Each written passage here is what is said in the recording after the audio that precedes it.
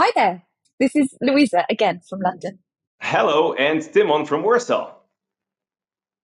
and we brought Startup School to you. Can you believe it's come to an end? What a quick 6 weeks that passed in a blink of an eye. We hope you've enjoyed attending these sessions as much as we all enjoyed creating them and hosting them for you. Running Startup School for you all was a pleasure indeed. But you know the saying, all good things have to come to an end. And today we are wrapping up a fantastic curriculum that covered everything from ads to analytics, Firebase to fundraising, MVP building to machine learning, and many, many more in between. Remember that all sessions are available for you to watch on demand until the end of August. Did you have a favourite class? One you've watched back a number of times or shared with your teams? We've enjoyed joining each of the sessions and hearing your feedback, whether it was directly in the chat or in one of the surveys. For me, the highlight of Startup School was a session with my really good friend Zach Akil on machine learning.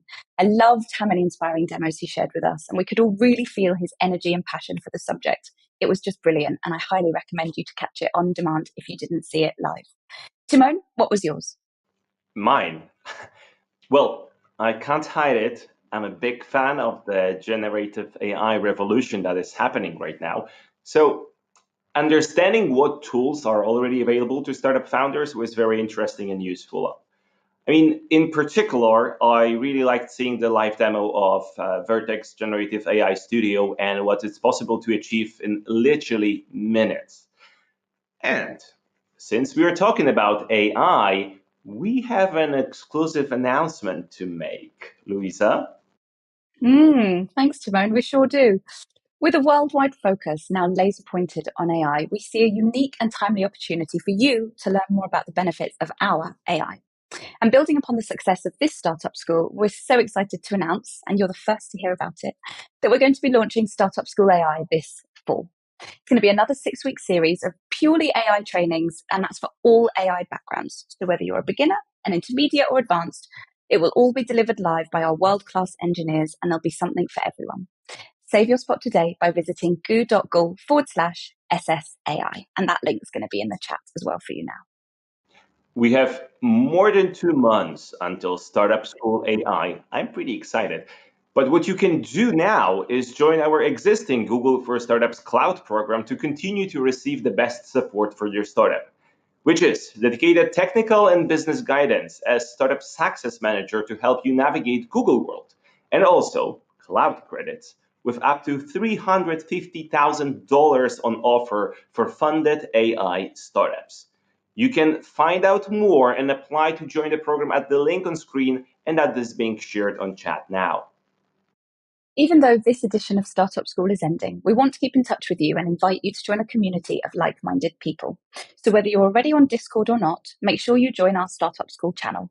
Those instructions are also being shared with you in the chat right now. We will be sending a follow-up email shortly with all the things we just mentioned, so keep an eye out in your inbox for that very soon. And, well, that's it for now. All that's left to say is thank you, big thank you for joining us in this edition. We really hope you had fun learning from our experts and found the sessions informative and inspiring. Coming right up is our final class with Ali, Caroline, and Kevin on fundraising, and believe me, it's a good one. So now, enjoy your summer, and we'll see you in class very soon. See you soon. Take care. All the best. See ya.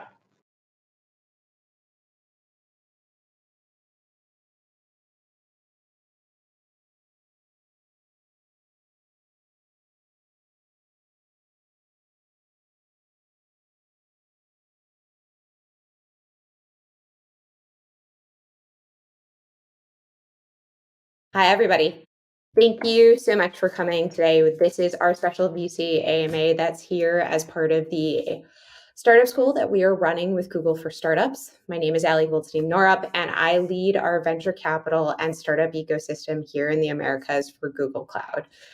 We are partnering with our amazing colleagues over at Google for Startups on this fantastic startup school session to bring you, as I said, a special edition. Today, I am thrilled to have two phenomenal investors and close friends here with us. Kevin Liu, who is the head of investments and portfolio capital at Techstars, and Caroline Talk, principal at the Dorm Room Fund. We will be covering a number of topics that relate to early stage startups, fundraising, and best practices for building, especially in those early days. Now, very much you all are here less to hear me speak, but more so to hear Caroline and Kevin speak about it. So let's bring them on. Caroline and Kevin, thank you so much for being here. Hi, well, welcome. Yeah. We're gonna dive straight in for the questions. Both of you have phenomenal paths of how you got to where you are today. And you have a series of mutual connections outside of me and several of our fantastic friends in this space. But could you kick us off a little bit with how you got to the exact place where you are, your current role? Caroline, having known you in the New York ecosystem for a number of years, I'd love to come to you first on this. Yeah, absolutely. So I started my career at a nonprofit talent fellowship called Venture for America that places recent grads at startups in ecosystems where recent grads don't always necessarily flock. So your Detroits, your Baltimores, your Cincinnati's. So spent many years there focused on sort of what are the qualities of someone that would make a successful early stage employee, and what are the qualities of someone who would make a successful founder. And I loved my time there. And after that, went on to be the operational lead of a Techstars program. So Kevin and I have that in common. It was a Web3 program in 2018. So once again, I'm thinking about supporting, identifying, and ultimately selecting awesome founders. And after that, I really wanted to walk the walk. So I had worked on the talent and sort of the pre-seed investing side of startups, but never actually worked at one myself. So I was the 15th employee of a company called Chief, which is a professional network for female execs. Was hired there originally as an operations generalist, and then worked in product.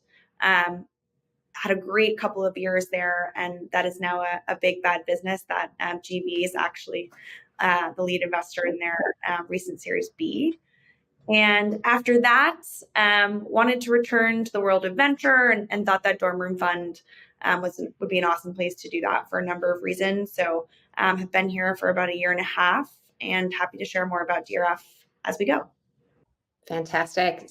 Kevin, so Caroline teed it up a little bit. Both of you barely, maybe slightly overlapped at Techstars, but you had a path before then. So tell us a little bit how you got to where you are today.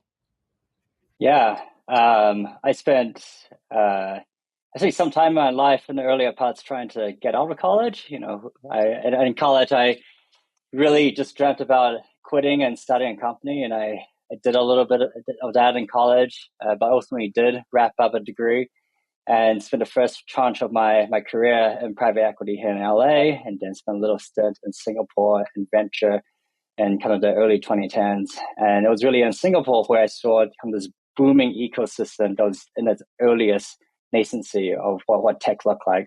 I talked to a partner there, and he was saying, "Oh, Singapore in 2010s felt like Silicon Valley in 2000s, right?" And so I kind of saw that, but also at the same time, I wanted to get back to the States, and I wanted to be more product facing, wanted to build things. I think it was very much in my kind of nature to want to be building things. And I came back to the States, worked on a couple of projects, and ended up working in a company called AMER. I was there for about 3.5 years. I think I was employee number 10 or so, and I saw the company grow up to about 80, and had the privilege of being able to lead a data science and analytics team there. So really learned my chops as a manager, but also as a technician. Shortly after that, in 2017, I left to explore some other curiosities, and just so happened that curiosity was raising a fund and investing in startups. And so myself and my partner at a fund, we kind of teamed up and thought about what are the kinds of tools that we had to build in our former careers as operators. We should just go invest in a bunch of those companies. And through that, we, two operators, really learned what venture looked like from scratch. And in 2019, had the privilege of joining Techstars Venture specifically at the time, to really help support our founders after they've graduated our accelerator. So with Techstars, we have an accelerator business, and then we have a follow-on investment fund and operations. So that's the piece I spend most of my time on. Both of you have absolutely amazing backgrounds that come from a compilation of just phenomenal experiences. You bring all of that to your funds. Now that the group knows a little bit more about you, let's learn a little bit more about your funds as well.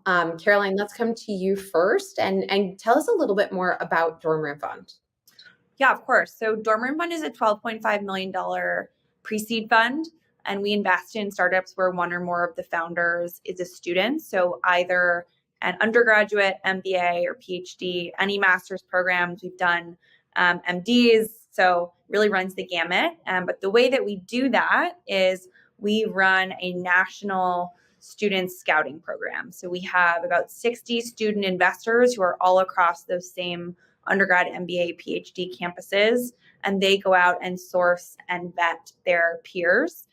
So DRF spun out a first round capital about 2 years ago, but prior to that, in 2012, Josh Koppelman, who is the founder of First Round, had started a company in college, as had a few other partners, Haley Barna at Birchbox, as well as Bill Trenchard. So they recognized that there was a ton of activity at the university level, but it was a little bit challenging for institutional VCs to find those students because they are not in the same classrooms, hallways, parties.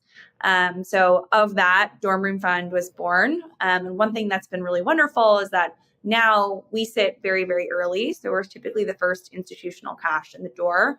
And we have later stage funds, so seed, Series A and beyond, who are our LPs, so our limited partners, our investors, who've invested in DRF because they're interested in getting to know our companies. And on top of that, we've had about 400 amazing people graduate from the student investor program. So 80% of those are either founders, many of which we've invested in, or they are at VC funds. So our alums are at almost 60 VC funds across the country. We've got partners at places like Sequoia and Bessemer and Andreessen and everywhere in between. So that is us, and that's it. Yeah. Well, what I love about that for you, Caroline, is that you all are that first check-in and often getting access for many founders into an institutional check, which is phenomenal. And many of them go on to be part of accelerators like a Techstars or a Y Combinator. And with that, we can sort of skip over the accelerator part. And Kevin, you actually are post-accelerator. So talk to us a little bit about the fund that you work on for Techstars. Yeah, so I'm on what we call our follow-on investment fund, and our whole mandate is investing in the companies that do graduate from the Techstars Accelerator footprint. Today, we're on the accelerator side, we have over 3,000 active portfolio companies, and we'll take a small sliver of those companies and invest in them at the seed and Series A. One sort of special source for us at Techstars is we like to be very operational partners to our founders, and so in addition to the capital you get from the fund, we also aggressively work with the founders on fulfilling the syndicate of the rounds with fundraising, but also then supporting them on talent and business development work as the company grows. Right, our whole idea is from pre-seed to IPO, and we really do try to live that ethos. It's amazing. Both of you, whether it's DRF or Techstars, both of you are playing at the early stage part of the ecosystem. There's different nuances to which parts of the early stage ecosystem that you all are playing in.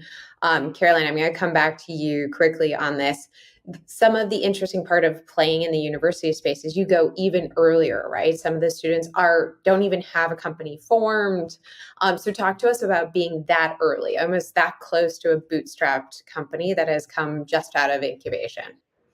Yeah, absolutely. So like I said, we're typically the first institutional check that founders receive. So sometimes they have received some non-dilutive grants. There's a lot of that at the academic level. Other times they've won pitch competitions, but Dorm Room Fund was really sort of created to replace that so-called friends and family round that, if you are a an operator at Stripe 20 years into your career and starting your own business, your friends may be able to fund sort of your early days. But when you're a student, it's pretty unlikely. And what that means is that really the things that we look at are demonstrated excellence and kind of the market. So team and dream is something that we say a lot here at Dormer Fund, and you'll probably hear as well. And because we sit so early, one of the things that we help do is help our founders syndicate the rest of their rounds. So sometimes they'll go on to raise traditional pre-seeds, and then other times they will actually go on to join accelerators like Techstars or Y Combinator. There's a couple that are at the university level as well, and that's kind of how they move on with their next round of funding. But ultimately, at our stage, you're really investing in potential. Which is so much of a great transition to Kevin, which is, DRF sort of sits almost pre-Techstars Accelerator, as Caroline said, and then you're getting to see everything post-Accelerator. So talk us through a little bit more in depth, sort of what you're looking for. What does that mean for where you sit in the ecosystem and in the funding cycle? Yeah, I think what's super interesting about Techstars is over the last 15 years of its operation, the market has fundamentally shifted, right? And historically, in the beginning, Techstars was very much also looking at potential only as well. But over time, as more and more pre-seed funds came into the mix, what we see, especially in the last, 4 years of my being at Techstars, is there's just so much capital out there. If you are a startup, if you have some amount of traction and you want to raise traditional venture, you could go out there and raise a pre-seed round without going through an accelerator.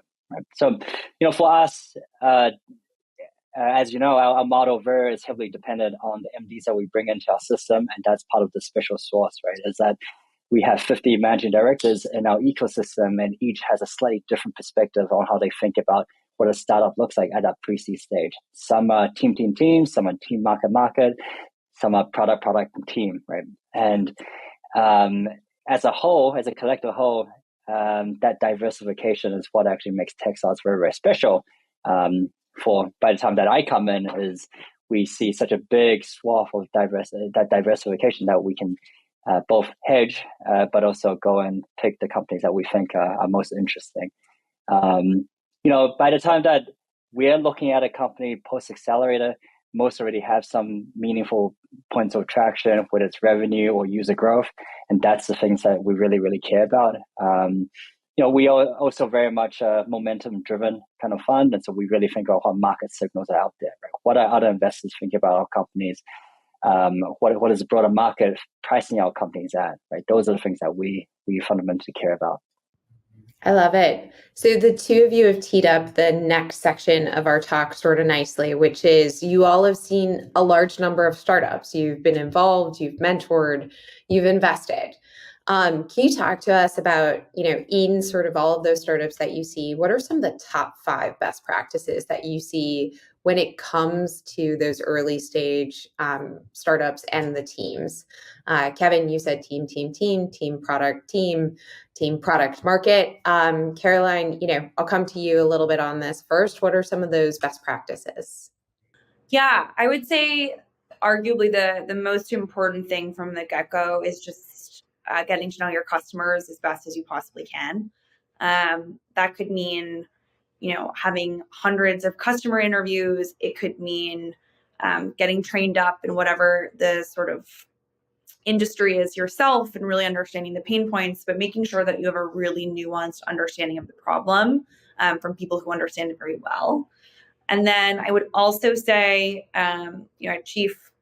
the CEO, Carolyn Childers, used to always say, measure what matters. So you can't, and Ali, I'm sure that resonates with you, you cannot achieve KPIs if you are not keeping track of them.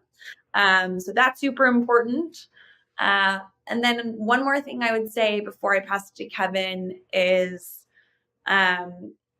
there is, a concept in early stage startups, which I'm sure many of you are familiar with, which is the MVP, the minimum viable product.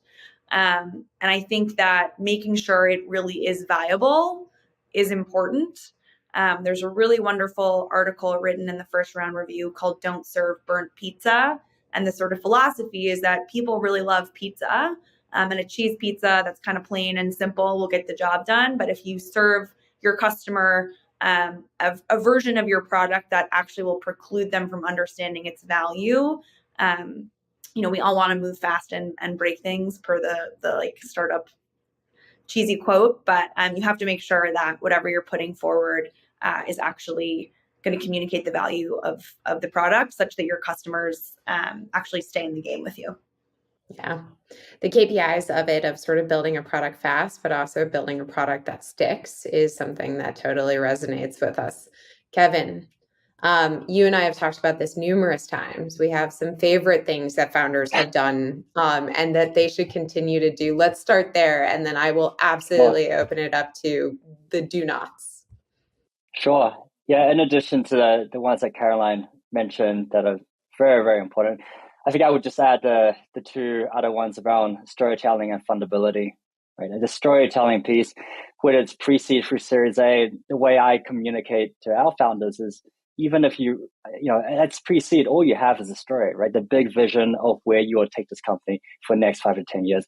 At Series B, sure, you have more data, you have more numbers, but all of that goes into this broader story, right? At the end of the day, we're story listeners, right? We might not be great at crafting stories, but we're really good at being critics of stories.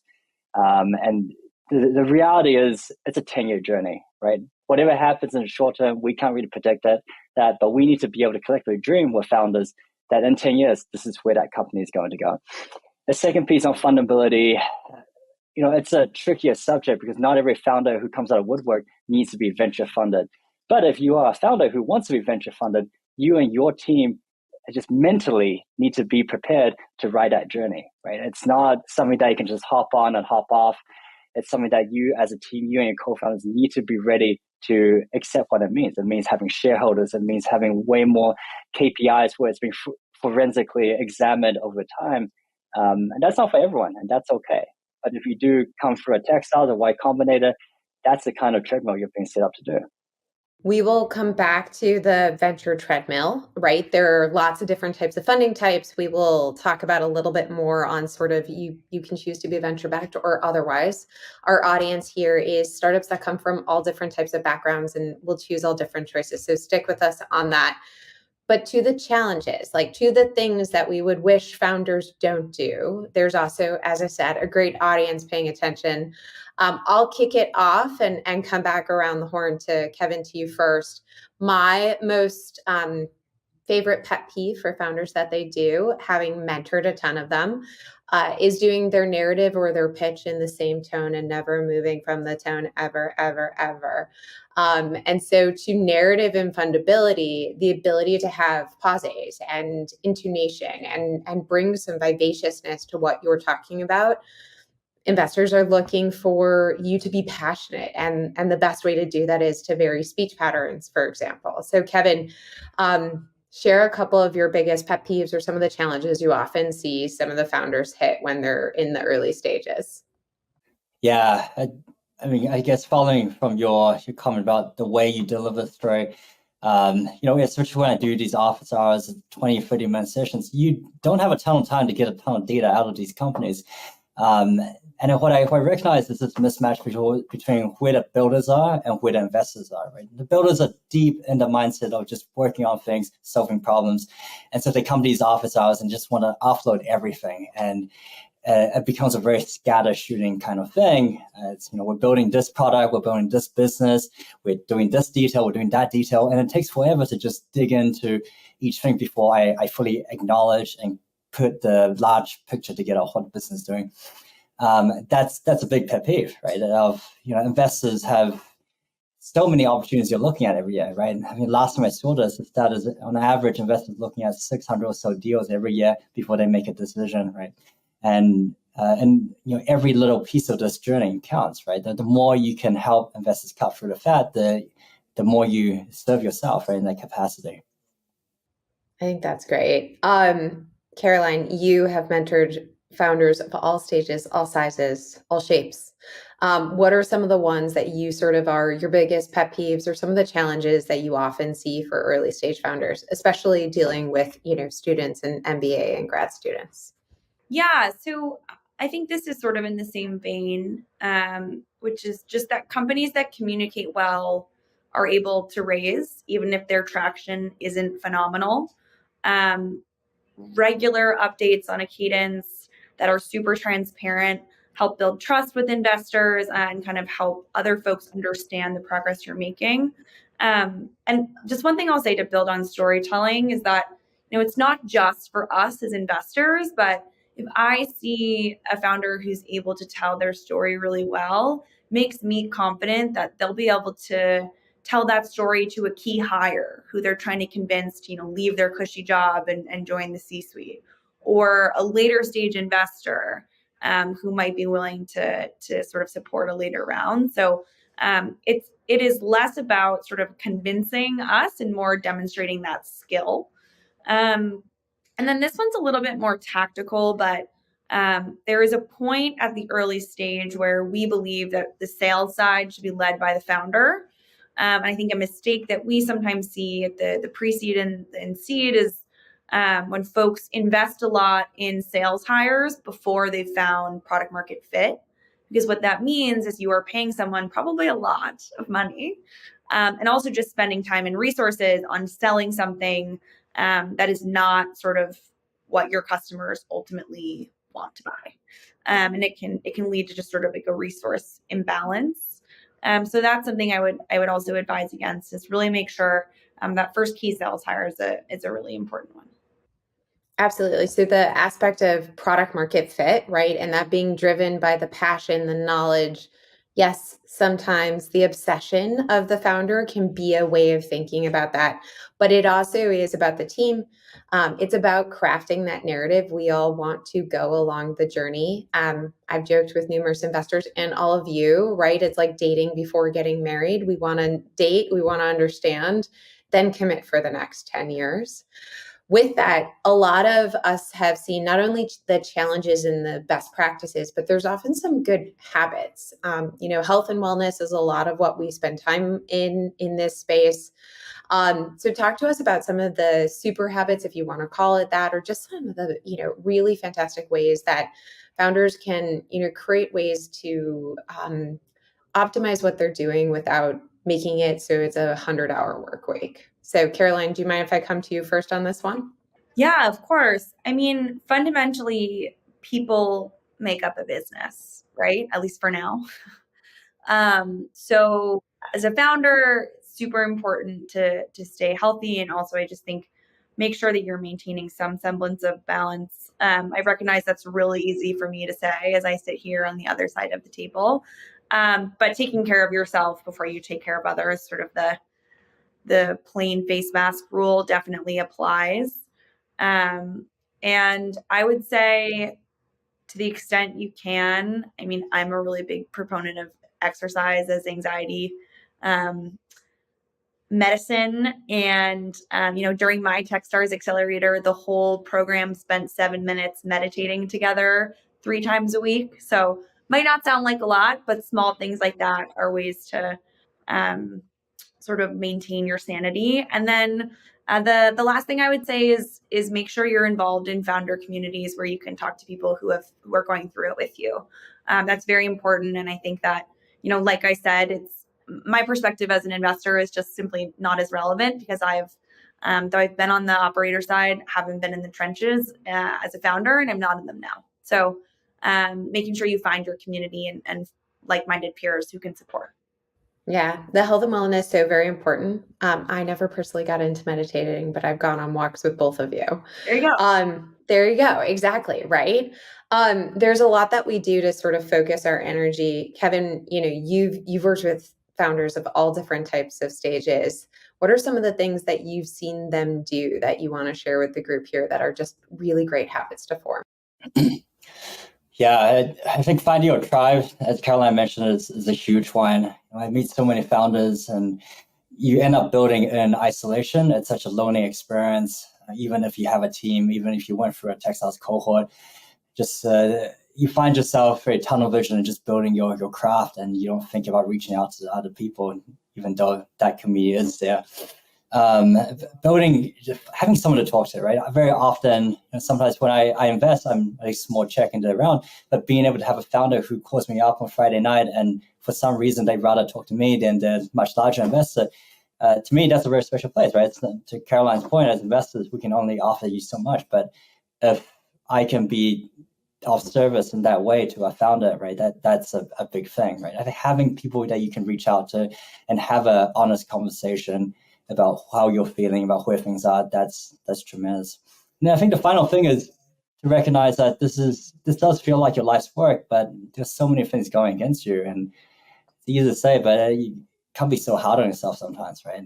I'm talking to founders right now who are doing recaps or bridge rounds or in the face of shutting down a company, and the reality is, in 2 years' time, they'll probably start another company, and that's all good, right? That is a perfect transition. I could not have planned it better myself. So with that, no, I'm very, very serious.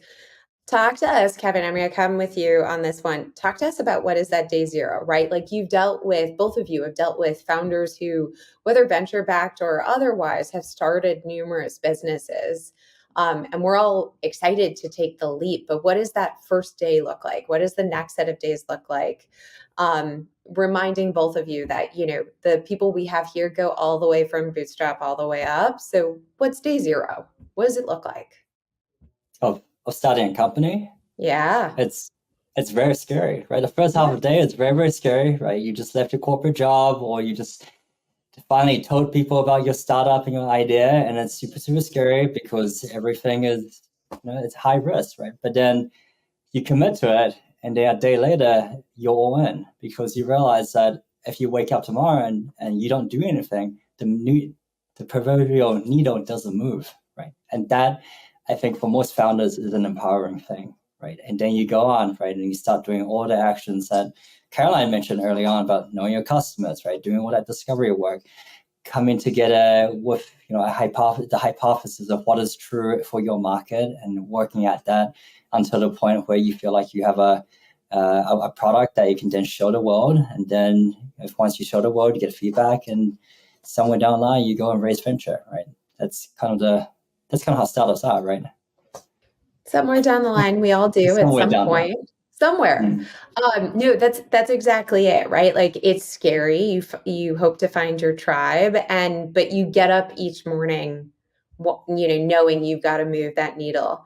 Caroline, talk to us, because you're definitely at some of the earliest stages of company formation. What does that look like for some of the founders who you're working with?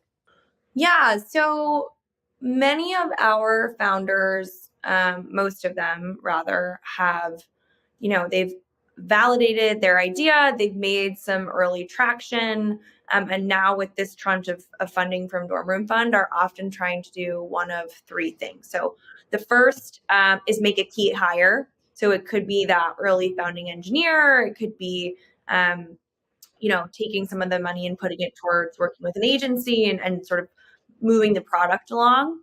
And the second is gearing up for a more substantial fundraise. So figuring out, okay, I need to put together a really clear narrative. We've mentioned storytelling a lot, such that I can go out and create some urgency and find the right investors and the right partners at those funds to back my business and ultimately me. And then the third is that many of them are focused on continuing to prove out that traction. So it could look like, active users. It could look like closing a couple of pilots and converting LOIs into actually paid customers. So those, I would say, are kind of the three buckets. And they're also all the hard work of actually incorporating and making sure all of the safes they're signing are proper and all that stuff. So I love this. You both have given me an analogy I may steal from this, which is basically you've been sort of building in the dark, in the building in the closet, and you come out, and you're coming out of this stealth mode, and you're talking about it, right? You're going out and you're asking for that funding. You're going out and asking to secure teammates. So you're taking that narrative skill we were talking about from day 0 to day 1 and day 1 to day 10. to bring people along on that journey with you, because they're all going to be building some part of the company as you do it. So it's amazing to hear you all do that. I'm going to sort of use this like come out of stealth mode type of aspect of it, because we usually think of it as slightly later stage. With that, building a company today is so much different than it was than when all of us were in the startup space, whether as an operator or as a founder. The technology has just changed dramatically. How are you all seeing your founders, sort of accept some of this Gen AI aspects of what they're building into, how they're building it? And yes, we couldn't have made it 30 minutes into a session without saying AI. So we got this far. Kevin, why don't I come to you first? Talk to us a little bit about what you're seeing the founders build with these days when it comes to AI, and your thoughts on it. Well, I just did a whole morning of office hours here, and that was one of the questions that every founder was talking about is like where and when do they start incorporating Gen AI or any sort of machine learning into their business, right? And frankly, I think if any company right now is trying to build fundamental AI, either you have to have come from Meta or Google and have hundreds of millions of dollars in financing to pay NVIDIA for rent, right? You're kind of late to the game. And so I really think about what is the next tranche of great businesses, right? And it's really about where the large language models and things like Copilot intersect with distribution, right? Like Ali and I, we had talked about it. It's really about taking the stuff that today are novel, that in 5 years' time will be commoditized, and really figuring out the distribution piece of it, right? Who can get the tools into the hands of the most people in the most efficient kind of way, right? That's really what it is.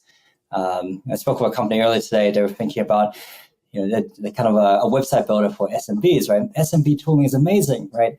But everyone from Wix has a prompt website building kind of tool now. I was saying, look, that's sure you can have that, right? But at the end of the day, that's merely a tool for you to go win the hearts and minds of your clients, which for them is SMB bakeries and florists, right? They don't; those owners, they don't care, right? They're too busy selling baked goods, and it's your job to really create that trust as a business to help them see that your tool is the purpose-built thing for them, right? So I think it's going to be table stakes, right? And I guess I grew up professionally in the more classical AI side, right? When machine learning wasn't just AI.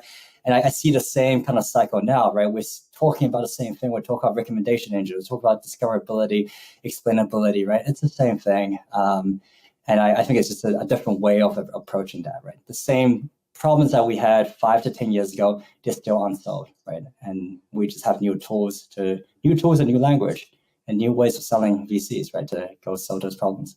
It's so very true. We have lots of new large language models, to be even more sort of punny with it.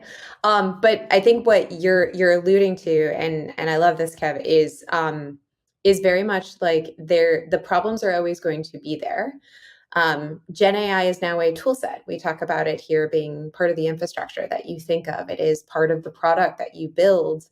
If you're going to go be a fundamental model, right, you are that large language model underneath. It is frozen. It is a large data set. It has taken many, many, many GPUs, TPUs, A100s, H10s. I could go on and on in order to build it. That's one set of building, but that's AI disruptors. There's a lot that's going on in sort of the AI augmented space and the AI users. And so it's a really interesting time for founders building upon that, like a model. Caroline, I know you and I have also talked about how this is a really interesting time because the barrier to entry to building something has become so much easier. So sort of what are you seeing with the founders who you're working with today and the investors? I mean, there's so much going on in the space. Yeah, it's a really good point. I think that, I would build on what Kevin said, which is that now this is really just a tool in a founder's toolkit. It's something that's out there and sort of when and where they should incorporate it really is team specific. But for us, because we invest so early, and you'll hear me say this time and time again, what we're really trying to dig in on is what is the unique insight of this team? What is their unique value proposition to the customer? And what's the plan to get that product in the customer's hands. So certainly, the tech itself can make the user experience feel really magical, but you still need to answer those 3 questions about sort of why this product, why now. And I would also just say that I think one thing we will see continue to be important is folks understanding when to prioritize incorporating AI. If they've done that before, kind of distribution, or if they do it a little too early, it may end up being a little bit of a distraction sometimes. And I think it will ultimately be table stakes, but timing is everything when it comes to startups. So we said a little bit through this that we were going to come back to the basics. And Kevin said at the beginning that VC can be a bit of a treadmill. And a lot of that has to do with the aspects of VC financing, the startup ecosystem, and what it means to be founding a company that's going to be VC backed. I'd love to, as I said, go to those basics, and let's actually get into a little bit with it. Kevin, I'm going to come to you first, and I want to hear you talk about what are some of the basics that our founders here, who are of a wide spread of bootstrap all the way through actually already founding and have funding for a company, what does it mean for some of the VC financing? Can you cover convertible notes and safes? And Caroline, will come to you after that. Oh, we don't have enough time for this, but yeah, I mean the basics. The most common instruments you have in early stage venture is convertible notes, safes, and then a traditional equity round, right? And really, in its essence, is you start a company and you go out to market, you raise from angel investors or more traditional investors, and you sell a little chunk of your business in exchange for money out front today, right? And for pre-seed with Texas, we're looking at about 6% for about $120,000. In the market at large, I think right now pre-seed, you're probably looking at 10 to 15% for maybe $500 to $1 million, right? So that's going to get you that first little tranche of money, right? Yeah. So in that, just pulling out a couple of things for the listeners. So that 6% is going to be 6% ownership into the company in return for the cash that they're giving. And what are some of the typical valuations that Techstars is investing in at that point? And similarly for that 10 to 12% ownership for a $500,000 or $1 million check, what are sort of the valuations of those sort of early stage companies, just for general ballparks? Yeah, I mean, most of the companies we're looking at the Texas stage, it's so early, right, that we're effectively the ones pricing it. When our companies do graduate and go off and raise kind of the post-accelerator, larger pre-seed, early seed round, we're looking at, I think, $1.5 million at around $8 to $12 million of pre-money. And so that's lower than what life was 2 years ago or a year ago, but it seems very, very fair for the kind of companies we're looking at, that we're seeing, right? And in terms of, I guess, kind of leaning on to kind of next part of what you're probably asking is like, well, what does it look like in those companies, right? At the pre-seed, what we really see is post-accelerator as a company, you're at that position where you can go out to a larger investor and say, hey, we have our stuff together, right? We have the team, this is the right team to help take us journey for the next 2 years, right? We have the right technical talent there. We have a CTO in place. We have a lead engineer. We have a sales leader, and the CEO is still driving product and sales decisioning, right? And we have this idea that with these ideas and these hypotheses that we want to go test for the next 2 years. And this is a very clear things. And if we hit those milestones in 2 years, this is where we'd be and be set up to go raise a Series A at that point, right? I think it's kind of if you want to be very simplistic about it, it's about having that checklist ready for the next stage, right? With the pre-seed, the checklist is, well, do you have a team? Do you have a product? Do you have a pitch deck? At seed as well, you have the product team and everything else. Now, do you have kind of the finer details of that, right? And that's the way I think about it, at least. Yeah, and just to build one thing on top of that, I would say that in its most simplistic, venture at the earliest stages is when it's the riskiest. So the companies haven't made as much progress. There's less data to analyze. And that's why early stage venture investors like Techstars, like Dormer Fund, are able to take the ownership that they take for not necessarily as much money, because we're essentially betting on potential. The further you go down the funnel, larger amounts of capital are matched with smaller amounts of ownership proportionately, because you're able to actually analyze some traction, and there's a little bit less of assumption about what's going on. It's a phenomenal way to sort of say that early stage, you're to your point, you're taking lots of bets. And later stage, it's been de-risked by you. There's more data, there's more traction, there's more financials, there's more things to sort of grab onto that are to that. So that makes a ton of sense. I'm going to ask both of you, and Caroline, I'll come to you first. What are some of the changes that have happened in the market over the last few years? Both of you have been on the operator side and the investor side. What are some of those that are coming with it? Yeah. So, Kevin, I don't want to make any assumptions about your age, but at least I will say in my career, interest rates were at zero. And that led to a lot of excess. It led to a lot of zero interest rate behavior. So, prioritizing growth at all costs over long-term profitability. And ultimately, when after the pandemic, there was some post-pandemic inflation, the Fed raised interest rates, which meant that money was no longer free. And that led to ultimately sort of a gouge in the, what one could say, overinflated asset class that is venture. And actually, for those of you who are watching, Fred Wilson, who is a VC who I admire very much, who has a bit longer of a track record than I do, we'll leave it at that, wrote a really great piece on this recently.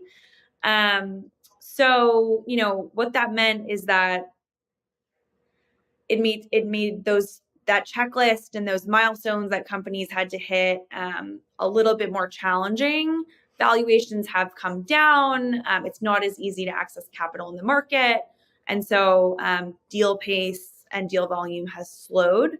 One thing that's really promising, and I don't necessarily have a crystal ball, but the public markets have mostly rebounded, and private markets like venture tend to move at a slight lag behind the public markets, because private investors take a little bit of time to get comfortable with, matching existing public comps to their private portfolios. So all this to say, there are signs that we are moving towards sort of a normalization, but that's just my opinion. There's a lot of people who are still saying we're headed for doom and gloom. So certainly it's been a journey, and I think some of the valuations and ultimately the sheer volume of companies that we were seeing in 2021, now hindsight makes them seem a little crazy. And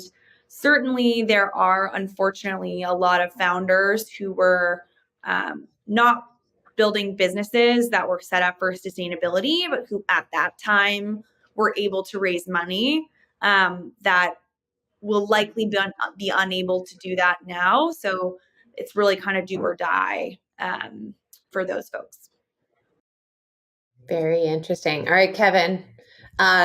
We all have been in the scene for about the same amount of time, give or take. Kevin, what's your take on the changes in the market over the last few years? I was just going to mention the great financial crisis, but anyway, not today myself. Anyway, so I mean, everything that Caroline said is I agree. I would say I don't think money was ever free. I think the perception of ZERP was very much, we wanted to tell ourselves that was free money, but very much I don't think money is ever free, unfortunately. I think to kind of contextualize some what Caroline mentioned too is, as things slow down in deal pacing and as things become more expensive, one thing that I'm closely monitoring is what happens in the dynamic between investors and founders, right? We always think about if who has the leverage, right? Is it the investors or the founders? And I think coming into 2023, seeing some of the activity that's happened this year with Silicon Valley Bank, with just how expensive everything is to raise, there's a sense that the power might go back to the investors, right? Which means having investors being able to drive that process a little bit more and dragging out processes with diligence, having multiple calls with founders before they even come to an investment decision, having investors have higher bars of entry when they think about the things on a checklist. But then also the kind of instruments they use, right? One thing that I'm very, very curious about is if going into Q3, Q4, Q1, right, if we'll see that returns or whatever through a price round versus using safes and convertible notes, right? There are huge tax implications, right, for using safes and when it converts, and then also price rounds, right? And I think for most investors, they would love to go back to having price rounds, right? You know exactly what you're getting, and your QSBS clock starts at that moment, right? And I haven't fully seen that yet in the data. I think I'm still seeing a lot of safes. But if logic stands, I don't see why we wouldn't go back to more of a price round heavy environment. It's something so interesting about this, which is both of you have touched upon so much a little bit of Econ 101, right? Like some good things having to know that the venture market isn't alone in what it does. But there's also really interesting aspects of being a business owner. So QSBS is a really great example, qualified small business stock. That's something that you would have to pay attention to here in the US for tax treatment, but maybe not as much on the global scale. Whereas many of us on this call know that there's also really fantastic grants. And to Kevin's point, like even with priced rounds, there's really great structures that are available to founders all over the globe. So it's an interesting time. I'm going to pull out two trends that the two of you talked about that just sort of want to say for the founders in general, which is things are typically cyclical, and you will always find what we call a bear and a bull in the market. We all have heard friends who say that soft landing is here and we're ready to go. And on the other side, we have friends that say that the venture market is going to completely explode. There's a really bad finance joke, which is there's an economist, a weatherman, and a magician, and only one person actually knows the future. That'd be the magician, just so you all know. But with that, thinking of being the forecaster to the future, I want to come to you both before we start to wrap up a little bit about what is exciting you in the market. What are some of the trends you're seeing from companies and founders? Kevin, I'm going to come to you, and Caroline, have you round us out. Yeah, I think what I love about the particular moment we are in is that the bar for being a founder who can raise successfully is a little bit higher. And selfishly, what that means is we see so many more interesting companies where their hearts are in the right place to really build sustainable businesses, knowing that survival has to be part of the equation for the next 5-10 years. And Caroline mentioned this, and what we saw the last couple of years, we saw so many companies that probably shouldn't have gone on funding, but they did. And it's just, to me, the most painful thing about venture is seeing how much money gets wasted chasing after the trend, chasing after the hype, right? And right now we are actually seeing what I feel like is probably 2014, 2015, where you had so many founders who were building products and businesses because that was the thing they wanted to do, regardless of access to capital, right? And so hopefully this means we'll see much more sustainable businesses that will survive for the next 10, 20 years. I'm very excited about that. I love that. That's a great way to sort of think about it. Like a little bit of debubbling of it allows for there to be really great businesses to be built. Caroline, what are you excited about in the future looking? Selfishly, one thing that I'm really excited about is that students are still starting companies, particularly with some of the changes in the employment market. Some larger organizations that traditionally had internship into return offer programs are not necessarily there. There's a lot of macro factors, but ultimately undergraduate MBA and PhD students are still starting a lot of companies. So that's been cool to see. And I don't think that that was necessarily a given.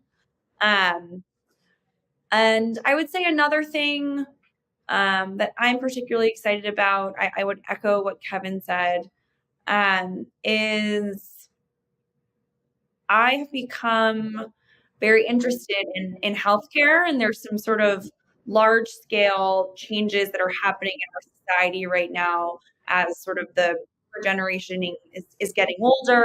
And I think that will lead to some really interesting changes in the way that we live, and some really great companies will be built that help kind of facilitate supporting the elderly and that whole sort of shift in the way that healthcare and elder care and the economy work. So that's not necessarily a trend, but it's an industry that I'm really excited about at the moment. So we've now come to my favorite section of this, and it is called the staying or fading section. I'm going to give you both a prompt and encourage you to stay either just to the answer of staying or fading. If you go over, there will be no penalty. But with that, I'll give you a prompt and then go from there. The irony is not lost on me that we are doing this over video to record this for there. So with that, Kevin, staying or fading, video conferencing for fundraising? Staying. Staying. Caroline? Staying. Got it. All right. With that, related to our founders in it, remote work. Caroline, I'll come to you first this time. Staying or fading? Allie, I can't answer that in one word. I know it's very hard. That's why we do it this way. For what kinds of companies? Any. That's why it's so general. Let's go with early stage startups. That's our audience today. Fading. All right, fading. Oh, interesting. I will ask you more after. Kevin, staying or fading remote work? I'll take staying. Oh, okay. All right.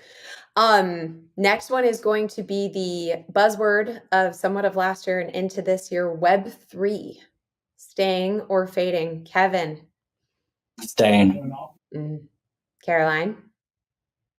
I'm going to answer with one word, but it's not going to be the word you want. Simmering. Oh, wow. Okay.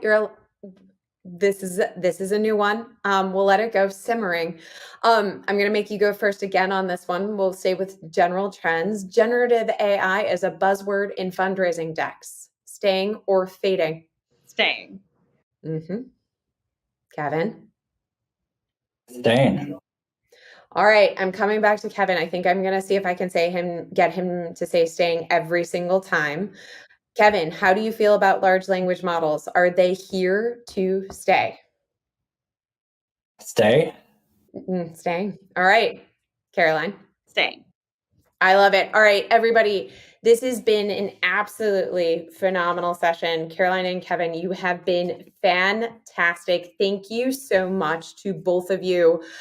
You've made this one of our most favorite VC AMAs and a special one that we're doing here for the Google for Startup School. Before we wrap, I just want to take a moment to share a few details on helpful resources that our teams have put together for you. We are coming from, at least on this side, the Google for Startup Cloud program. The team will include a couple of links there of how you can start with us in our start tier of 2,000 credits over 2 years, or scale up with our scale tier of up to either 200 or 350,000, 350 if you are an AI startup. We're really excited about the programs that we're putting together with the Google for Startups team. In this regard, it is really about whether you're bootstrapping or you're in those early days. We're here to help you out, whether it's on mentorship, credits on the financial side, or business and technical needs. And you can also access lots of great content for Startup School all throughout this. So with this, again, special thank you to Kevin and Caroline. Thank you both for being here. This was a ton of fun. I know I learned a ton. And with that, we are going to say goodbye and enjoy the rest of Startup School, everybody. Thank you.